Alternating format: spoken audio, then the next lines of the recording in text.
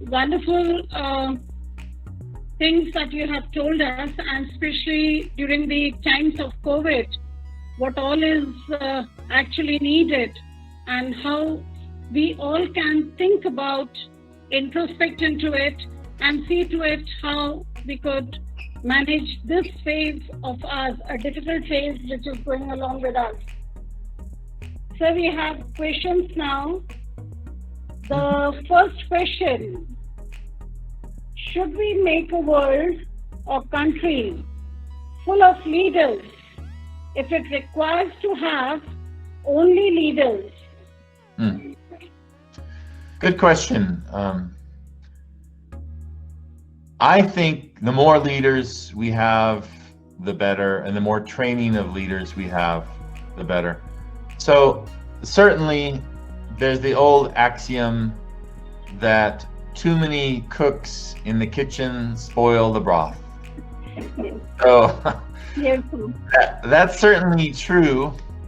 On the other hand, I remember reading one of the leadership books in the Marines in the US.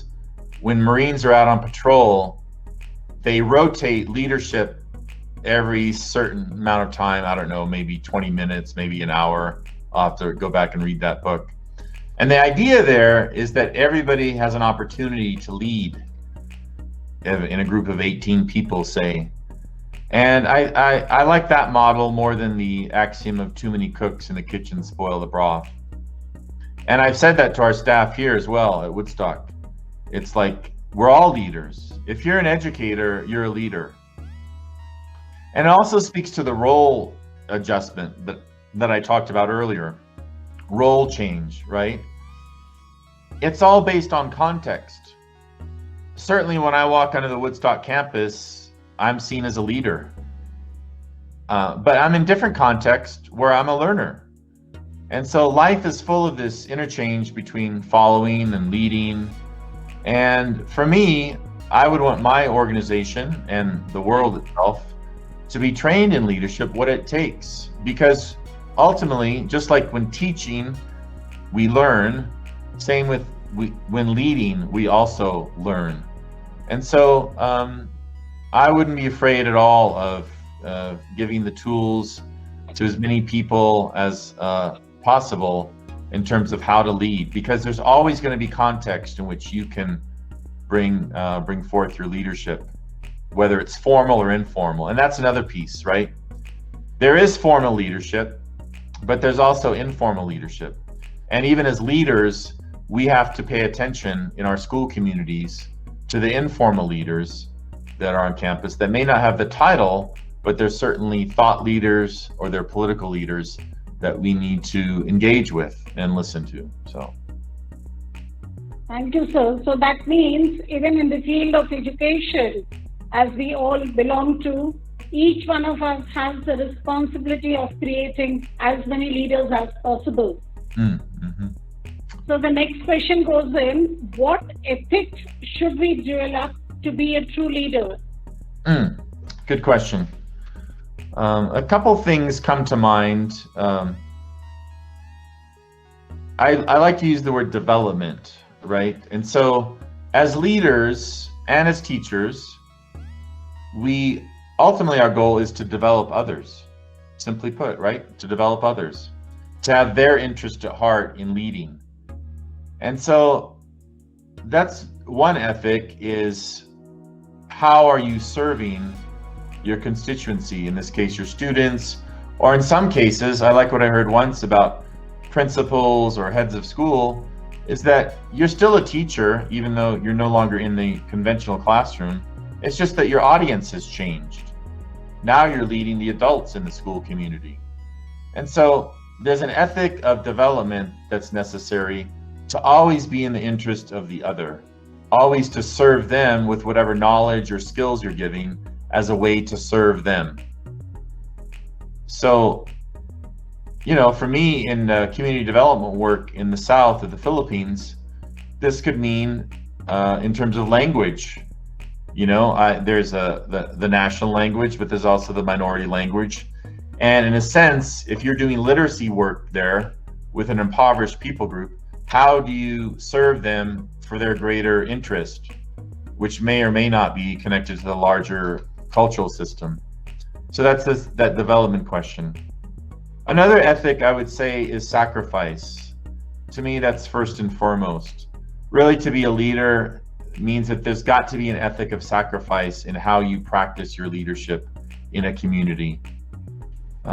You've got to be able to give up. You've got to be able to listen. You know, one of those sacrifices, practically speaking, is your emotions. How do you, you know, sometimes things are said in a public forum that may not be very kind. And it would be very easy to get angry, to react. And in a sense, as a leader, we're called to turn the other cheek when that happens, and to give of oneself, and to listen to that feedback, no matter how difficult the criticism may be. So I think one of sacrifice, and that goes all along with the developmental piece that I mentioned earlier. Yes, sir. Yeah. So, sir, with the different ethics that we say, like the qualities which we expect, honesty, justice, sacrifice, as you said, respect, integrity. If we have to actually sum up, we could also say that ethical leaders, they need to create an appropriate behavior, a work culture, and establish zero tolerance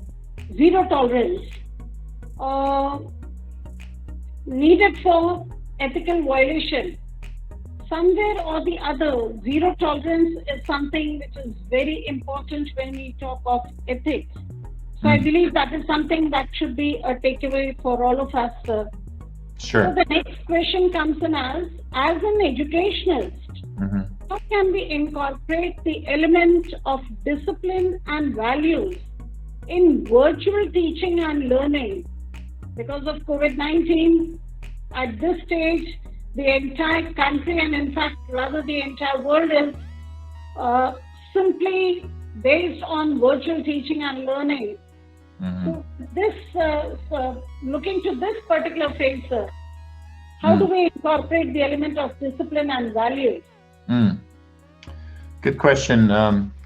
One way I think is even through our bodies and teaching good practice with what we do with our bodies, right? It's very difficult when we spend 8 hours, 10 hours on a screen, even as administrators. I'm in Zoom meetings all the time.